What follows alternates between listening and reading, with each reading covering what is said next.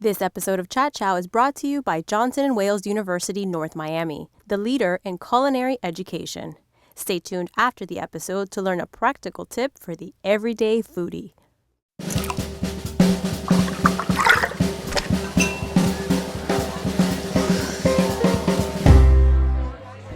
Bulla gastrobar, in the space that Por Fin once occupied, can be described as a bustling, bar-centric Spanish eatery just off Miracle Mile.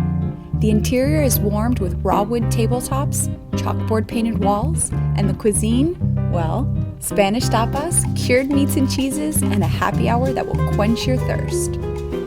So Carlos, unlike the old restaurant, the bar is downstairs now, and it's actually become kind of the focal point of the restaurant. What are you guys, perfect timing, what are you guys serving? All right, well, we have here for you what we call the proper gin and tonic. Proper. So what makes it proper? Well, I think having it in the nice brandy snifter, and with Fever Tree tonic water from London, and a nice premium gin, which would be Martin Miller's, juniper berries, lemon peel, lime wheel, little star anise. Nice. Makes it a proper gin tonic. Got it. And you're drinking? This is a white sangria. It's a very popular girly drink, but as you can see, I like it as well. Good enough for him. All right, let's have a cheers. Cheers. Cheers. Tell me what you think. Delicious. Most people know this restaurant as the old Por Fin spot. We want to know the method behind your madness and why tearing it down and reopening as Bulla Gastrobar. Well, basically, I always loved Por Fin, but at the same time, I think when people think of Spanish food, they think of something more fun, more casual, and obviously tapas is something that everyone associates with Spanish food. And brought the bar downstairs, made it more casual, took off the tablecloths, and this is what you get. Yeah, no more white linen on the tables. We've got fun, casual. Now, Bulla is an interesting name, not to be confused with Bulla. Do you find that people mispronounce that? Well, there's certain people that just refuse to say Bulla. My contractor, he's from San Diego, and he knows it's called Bulla, but he still insists on calling it Bulla. And what does it mean?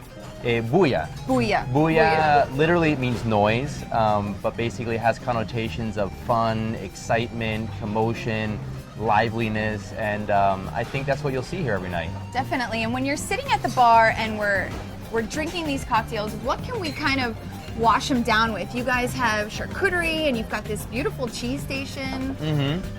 Absolutely. We have 7 different cheeses and 7 different meats. Garrocha, mahon, everything Spanish.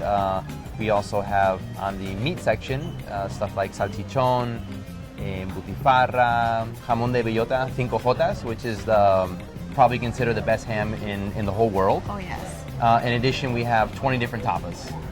We have croquetas, we have seared cuttlefish, we have oxtail stew, we have a nice big juicy ribeye. There's a little bit for everything. And going back to that fun, energetic vibe, you guys, are you doing any happy hour specials or for sporting events? What do you have? Absolutely, we definitely are. Every single day, including Saturday and Sunday, we have happy hour from 5 to 7, and that's going to include our house liquors, all of our bottles of wine, all of our house wines by the glass, all of our sherries, all of our beers on tap, and all our bottles of beer. Wow. So it's a really, really, really good offering. It's a good deal. I might be caught at the bar. What would you say right now your favorite dish on the menu? Oof. I'm going to go with our signature dish, which is our huevos Bulla. Oh, yeah. Used to be called huevos por fin, reincarnation of the same dish, basically. But it's homemade potato chips. We have potato foam.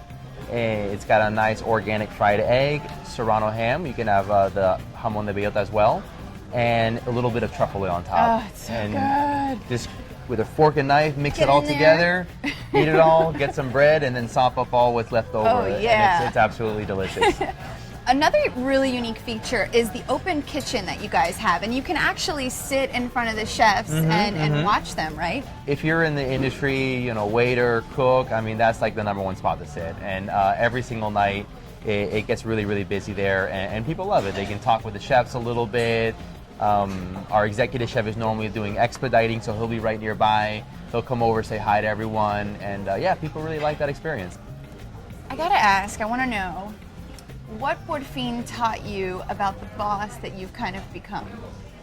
And this is my get to know you question. In a restaurant, especially a business restaurant, you're gonna have at any given point 50 different people or maybe 30 to 40 different people working in the restaurant. And to have everything go right, it's impossible. Something's always gonna go wrong, Right. and you just gotta relax, train your staff. Relax. I mean, honestly, Charles, yeah, when porcine, if something get wrong, I get really riled up and real hot-headed. That's what we want to see right now. And like the little thing, we just like, and now I just say, okay, relax, everything's gonna be fine, we're gonna get through it, and tomorrow we won't make those mistakes anymore. Exactly, and I think that kind of goes with the casual, fun vibe. They go hand in hand. So you heard it first. It's relax. Let's cheers to you relaxing. Thank you. Cheers. Hi, I'm Josie Morella. I'm here at Johnson & Wales University, here to talk to you about the importance of measuring your ingredients when baking. All right, so the first thing I want to talk about is flour.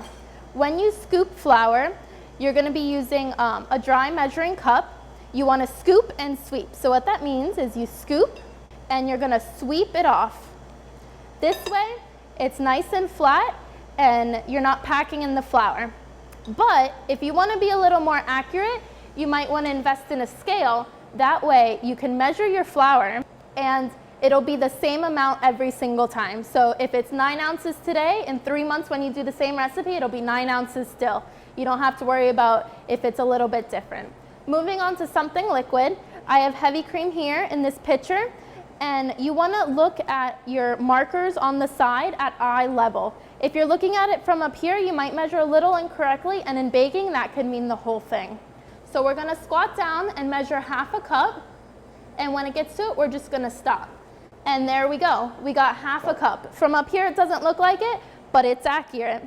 And that's how we get our pies and cakes perfect here at Johnson & Wales University.